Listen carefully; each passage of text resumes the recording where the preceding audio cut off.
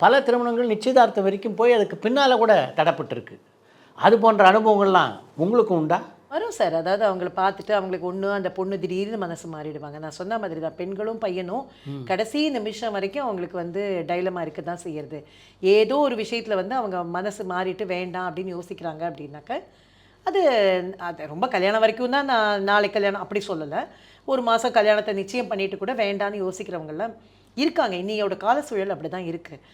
அதாவது முன்ன மாதிரி சார் கல்யாணத்தை நிச்சயம் பண்ணிட்டோம் எனக்கு அவமானம் கல்யாணத்தை நிறுத்தினா இல்லைன்னா இந்த பொண்ணுக்கு வேற வரன் கிடைக்கும் அதெல்லாம் இன்னைக்கு கிடையாது. ஆமாம். சோஷியல் ஸ்டிக்மாங்கிறது கிடையவே கிடையாது. அதனால அவங்க என்ன நினைக்கிறாங்கன்னா இல்லை இல்லை நல்ல வேளை நான் இப்போ புரிஞ்சுட்டேன் இது சரிப்பட்டு வராது, thank God I have taken a good decision அப்படின்னு நினைக்கிறாங்க.